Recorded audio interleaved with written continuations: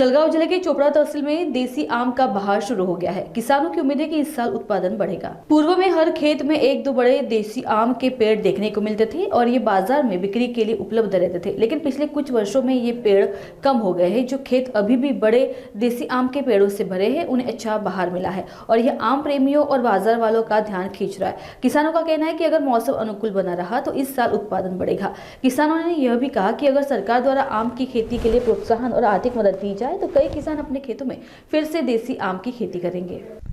या संदर्भात म्हणजे या वर्षी हिवाळा चांगला पडला म्हणून या हिशोबाने प्रत्येक झाड चांगलं फुटलेलं आहे।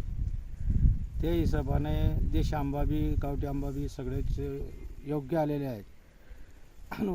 यंदाच्या वर्षी आंब्यांचा मुहूर्त चांगला आहे। या हिशोबाने काही हमखास कैऱ्या येतील, हमखास पीक येईल, हमखास आंबा येतील। म्हणजे नाही, पूर्वी जो आपण पाहायचो की प्रत्येक शेतामध्ये एक किंवा दोन झाडं आंब्याचे दिसायचं, कमी झाले ते। आता शेतकरी आंबे लावत नाही, दुसऱ्या पिकामुळे आंबा लावत नाही। ते झाड चोफेर मोठं होतं ना, तर सावलीमुळे ते पीक येत नाही, तेवढी जागावर उत्पन्न येत नाही। उत्पन्न येत नाही म्हणून त्या हिशोबाने आंबा काही लावत नाही आता लोक शेतकरी। पण आंब्याचं झाड राहिलं शेतात तर मग मजुरांना किंवा आपल्याला बसायला जेवणाला एकदम आलिशान झाड आहे ती, एकदम सावली राहते, काही प्रॉब्लेम नाही येतं। पण लोकांनी शेतकऱ्यांनी लावायला पाहिजे आंब्याचे झाडं लावायला पाहिजे।